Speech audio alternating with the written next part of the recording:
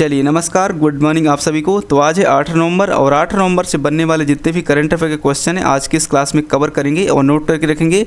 Daily सुबह 6 बजे अपने चैनल में होती है करंट अफेयर की क्लास, तो आप लोग जुड़ा करें एंड चैनल को सब्सक्राइब करके बेल को जरूर प्रेस कर लेंगे ताकि हर एक क्लास का नोटिफिकेशन मिल जाए। तो चलिए आज की इस क्लास को स्टार्ट कर लेते हैं। तो सबसे पहले देख लेते हैं आज है 8 नवंबर, तो आज के दिन स्पेशल क्या है, आज की हेडलाइंस क्या हैं, फिर इसके बाद सॉल्व करेंगे ये सारे MCQs को।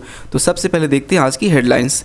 तो सबसे पहले यहाँ पे नोट करेंगे, हाल ही में 5 अक्टूबर को विश्व शिक्षक दिवस के रूप में मनाया गया है। वहीं नोट करेंगे अपने देश में 5 सितंबर को शिक्षक दिवस के रूप में मनाया जाता है और 5 सितंबर को होता है डॉक्टर सर्वपल्ली राधाकृष्णन का जन्मदिन। ठीक, डॉक्टर सर्वपल्ली राधाकृष्णन के जन्म दिवस के उपलक्ष्य पर 5 सितंबर को शिक्षक दिवस मनाया जाता है। वहीं नोट करेंगे 5 अक्टूबर को विश्व शिक्षक दिवस के रूप में मनाया जाता है। वहीं नोट करेंगे पंडित जवाहरलाल नेहरू, हमारे देश के प्रथम प्रधानमंत्री पंडित जवाहरलाल नेहरू का जन्म होता है 14 नवंबर को और 14 नवंबर को बाल दिवस के रूप में मनाया जाता है। तो ये सब चीज़ें आप लोग नोट करेंगे। आगे देखेंगे, हाल ही में मध्य प्रदेश राज्य सरकार ने महिलाओं को सरकारी नौकरी में 35% आरक्षण देने का निर्णय लिया है। देखेंगे मध्य प्रदेश राज्य सरकार ने महिलाओं को सरकारी नौकरियों में 35% आरक्षण देने का निर्णय लिया है। आगे नोट करेंगे, हाल ही में रिजर्व बैंक ऑफ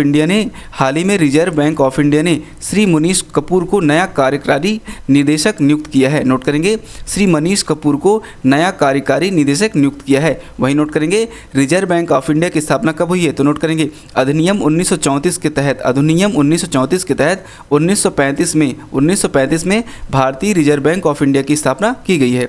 चलिए आगे नोट करेंगे, हाल ही में प्रधानमंत्री नरेंद्र मोदी ने तेलंगाना राज्य में केंद्रीय जनजातीय विश्वविद्यालय स्थापित करने की घोषणा की है। नोट करेंगे तेलंगाना राज्य में केंद्रीय जनजातीय विश्वविद्यालय स्थापित करने की घोषणा की है। वहीं नोट करेंगे हाल ही में केंद्रीय रक्षा मंत्री राजनाथ सिंह ने स्वावलंबन 2.0 लॉन्च किया है। हाल ही में केंद्रीय रक्षा मंत्री राजनाथ सिंह ने स्वावलंबन 2.0 को लॉन्च किया है। आगे नोट करेंगे, हाल ही में अंतर्राष्ट्रीय क्रिकेटर रविंद्र जडेजा को, नोट करेंगे हाल ही में अंतर्राष्ट्रीय क्रिकेटर रविंद्र जडेजा को हाईनेस ने अपना ब्रांड एम्बेसडर नियुक्त किया है। और नोट कर लेंगे SBI ने हाल ही में अपना ब्रांड एम्बेसडर नियुक्त किया है। तो नोट कर लेंगे MS धोनी को SBI ने अपना नया ब्रांड एम्बेसडर नियुक्त किया है। चलिए अब सॉल्व करते हैं MCQs, आप लोग नोट भी करते चलेंगे और बताते भी चलेंगे। ठीक, तो आज का हमारा पहला क्वेश्चन है EPFO ने नवंबर 2023 में कौन सा संस्करण मनाया है। तो नोट करेंगे EPFO ने नवंबर 2023 में 71वां संस्करण मनाया है। इसके बारे में थोड़ा सा डिटेल नोट करेंगे। तो EPFO का फुल फॉर्म होता है एम्प्लॉयज़ प्रोविडेंट फंड ऑर्गेनाइजेशन का 71वां स्थापना दिवस 1 नवंबर 2023 को मनाया गया है। ठीक, हाल ही में 1 नवंबर 2023 को मनाया गया है। और आगे नोट करेंगे, इस संघ ने सरकार को एक पत्र लिखा था। हिंदुस्तान टाइम्स के मुताबिक इस पत्र में क्या लिखा था जानेंगे। तो देखिए, बिना बेहतर सॉफ्टवेयर के क्लेम रिजनेशन रेशियो को कम नहीं किया जा सकता। EPFO मौजूदा समय में सॉफ्टवेयर GIGO पर काम कर रहा है। ठीक, तो राइट आंसर 71वां संस्करण जो है EPFO ने 1 नवंबर 2023 को मनाया है। अगला क्वेश्चन कह रहा है, सर्वेक्षण के अनुसार अक्टूबर के लिए S&P global India services PMI business activity index कहाँ पर रहा है। तो ये रहा है 58.4 पर रहा है। थोड़ा सा डिटेल में देखेंगे। देखिए, S&P global India services PMI business activity index अक्टूबर में गिरकर 58.4 पर आ गया है, जो कि सितंबर में 61 था और जो मार्च के बाद से विस्तार की सबसे धीमी दर है। तो राइट आंसर 58.4 पर रहा है। चलिए आगे नोट करेंगे, क्वेश्चन है, नवंबर 2023 में साहित्य में योगदान के लिए केरल ज्योति पुरस्कार से किसे सम्मानित किया गया है। तो नोट करेंगे हाल ही में नवंबर 2023 में साहित्य में योगदान के लिए केरल ज्योति पुरस्कार से टी पटनाभन को सम्मानित किया गया है। थोड़ा सा डिटेल नोट करेंगे। देखिए, प्रसिद्ध लेखक टी पटनाभन को केरल ज्योति पुरस्कार से सम्मानित किया गया है और केरल पुरस्कारों को 3 श्रेणियों में बांटा गया है। एक होता है केरल ज्योति, एक होता है केरल प्रभा, एक होता है केरल श्री। तो केरल ज्योति जो होता है सर्वोच्च पुरस्कार केवल एक व्यक्ति को ही दिया जाता है। और बात करें केरल प्रभा की, तो इस दूसरा सर्वोच्च पुरस्कार होता है जो कि 3 व्यक्तियों को दिया जाता है। और केरल श्री की तो तीसरा सर्वोच्च पुरस्कार है जो कि 6 व्यक्तियों को दिया जाता है। तो राइट आंसर टी पटनाभन को केरल ज्योति पुरस्कार से सम्मानित किया गया है नवंबर 2023 में। ठीक, सी इज राइट आंसर।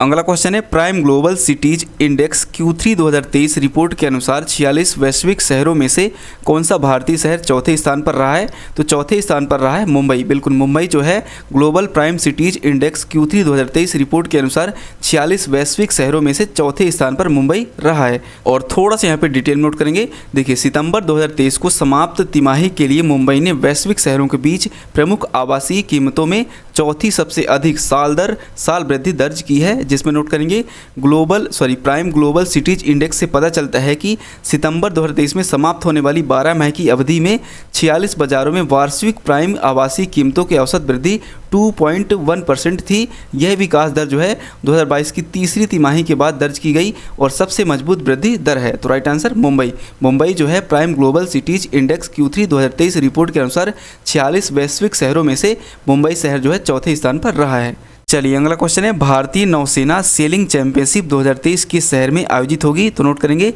हाल ही में भारतीय नौसेना सेलिंग चैंपियनशिप 2023 जो है ये मुंबई शहर में होगी। और कब से कब तक?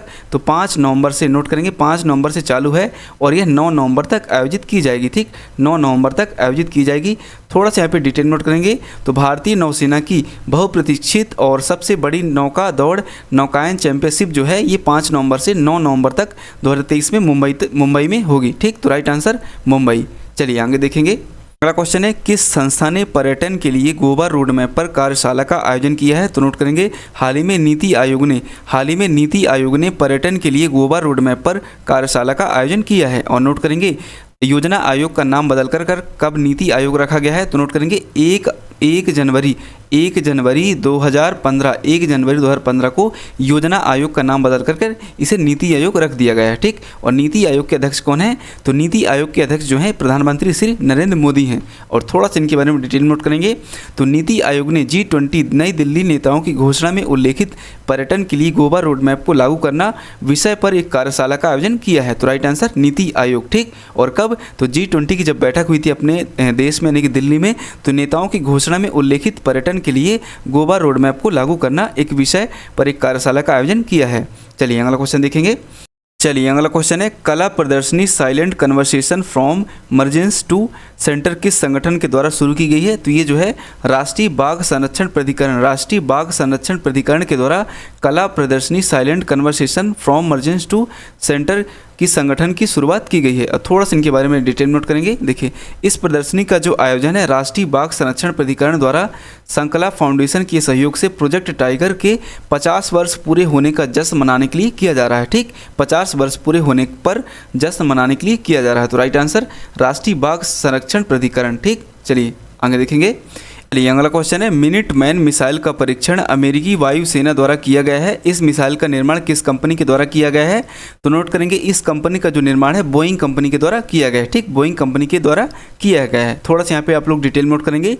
तो मिनट मैन मिसाइल का परीक्षण अमेरिकी वायुसेना द्वारा हाल ही में किया गया है और इस मिसाइल का जो निर्माण है बोइंग कंपनी के द्वारा किया गया है। इसका स्क्रीनशॉट ले लेंगे। चलिए अगला क्वेश्चन है, हाल ही में चर्चा में रहे क्यूबसेट उपग्रह का संबंध किससे है? तो नोट करेंगे, हाल ही में चर्चा में रहे क्यूबसेट उपग्रह का जो संबंध है ये अलीगढ़ मुस्लिम विश्वविद्यालय से है। कैसे है? तो नोट करेंगे यहाँ पे। देखिए, इस परियोजना